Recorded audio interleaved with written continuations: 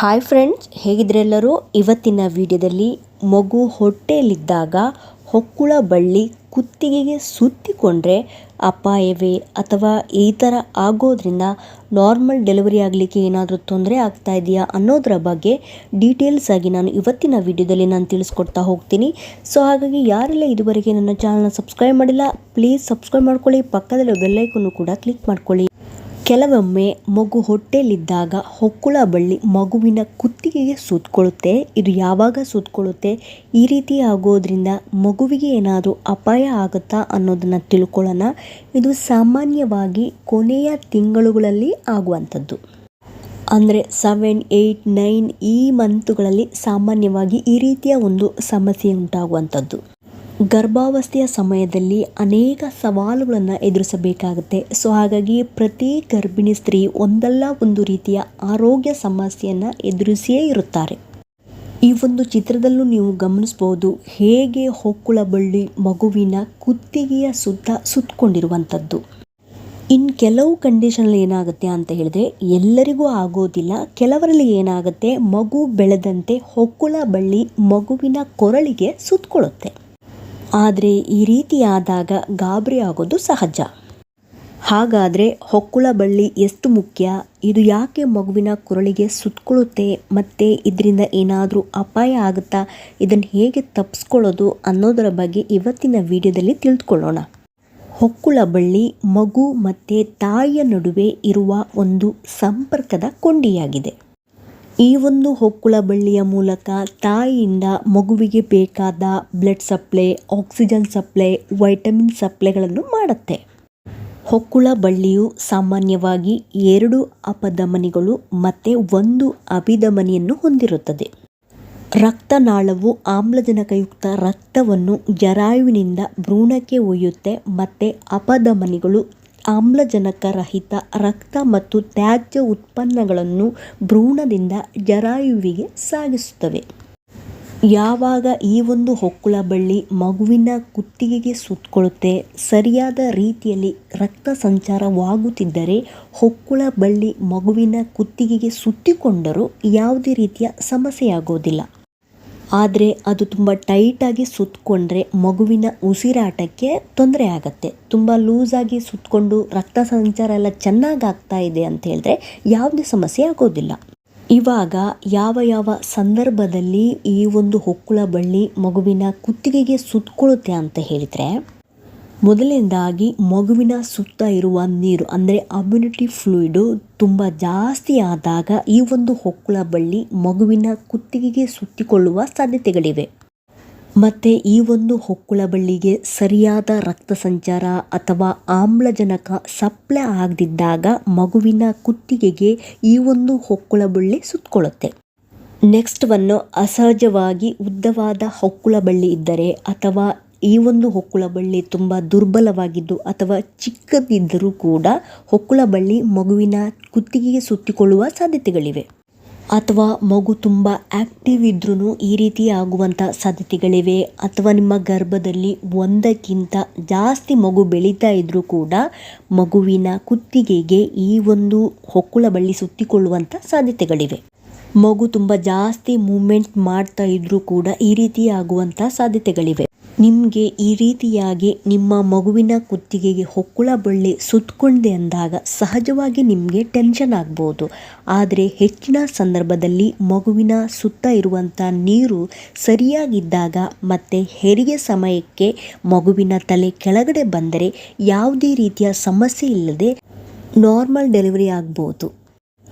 ಆದರೆ ಹೊಕ್ಕುಳ ಬಳ್ಳಿ ಚಿಕ್ಕದಾಗಿದ್ದು 5ರಿಂದ 6 ಸುತ್ತು ಸುತ್ತಿಕೊಂಡಾಗ ಇದರ ಜೊತೆಗೆ ಮಗುವಿನ ಉಸಿರಾಟಕ್ಕೆ ತೊಂದರೆ ಆಗ್ತಾ ಇದ್ದರೆ, ಹೊರಗಡೆ ಬರಲಿಕ್ಕೆ ಕಷ್ಟ ಆಗ್ತಾ ಇದ್ದರೆ ನಾರ್ಮಲ್ ಡೆಲಿವರಿ ಆಗಲಿಕ್ಕೆ ಕಷ್ಟ ಆಗ್ಬೋದು. ನಾರ್ಮಲ್ ಡೆಲಿವರಿ ಮಾಡಲಿಕ್ಕೂ ಕಷ್ಟ. ಆದರೆ ಈ ಒಂದು ಸಂದರ್ಭದಲ್ಲಿ ನಿಮಗೆ ಸೆಕ್ಷನ್ ಅಂದರೆ ಸಿಸೇರಿಯನ್ ಸೆಕ್ಷನನ್ನು ಚೂಸ್ ಮಾಡ್ಬೋದು. ಈ ಒಂದು ಸಮಸ್ಯೆಯನ್ನು ಹೇಗೆ ಕಂಡುಹಿಡಿಬೋದು ಅಂತ ಅಂದ್ಕೊಳ್ತೀರಾ. ಆದರೆ ಇವತ್ತಿನ ಈ ಒಂದು ಕಾಲದಲ್ಲಿ ಈ ಒಂದು ಸಮಸ್ಯೆಯನ್ನು ಕಂಡುಹಿಡಿಯೋದು ಕಷ್ಟವೇನಲ್ಲ. ತುಂಬ ಈಸಿಯಾಗಿ ಸ್ಕ್ಯಾನ್ ಮಾಡುವ ಸಂದರ್ಭದಲ್ಲಿ ಈ ಒಂದು ಸಮಸ್ಯೆಯನ್ನು ಕಂಡುಹಿಡಿಬೋದು.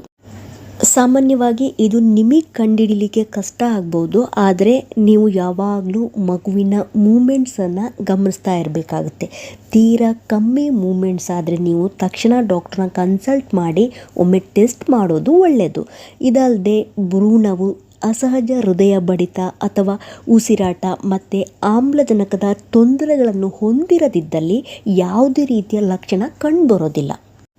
ಇದಲ್ಲದೆ ಒಂದು ವೇಳೆ ಮಗುವಿನ ಕೊರಳಿಗೆ ಈ ಒಂದು ಹೊಕ್ಕುಳ ಬಳ್ಳಿ ಸುತ್ತಕೊಂಡಿದ್ದು ರಕ್ತ ಸಂಚಾರ ಚೆನ್ನಾಗಿ ಆಗ್ತಾ ಇದ್ದರೆ ಮತ್ತು ಅದು ಟೈಟಾಗಿ ಸುತ್ತಕೊಂಡಿಲ್ಲ ಅಂತ ಹೇಳಿದ್ರೆ, ನಾರ್ಮಲಾಗಿ ಮಗು ಒಳ್ಳೆ ರೀತಿ ಮೂಮೆಂಟ್ಸ್ ಮಾಡ್ತಾ ಇದ್ದರೆ ಯಾವುದೇ ರೀತಿಯ ಸಮಸ್ಯೆ ಉಂಟಾಗೋದಿಲ್ಲ.